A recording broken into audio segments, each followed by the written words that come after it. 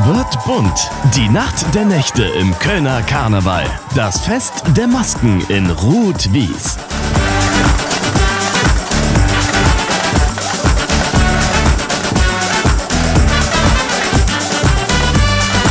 Am 11. Februar 2023 im Gürzenich Köln.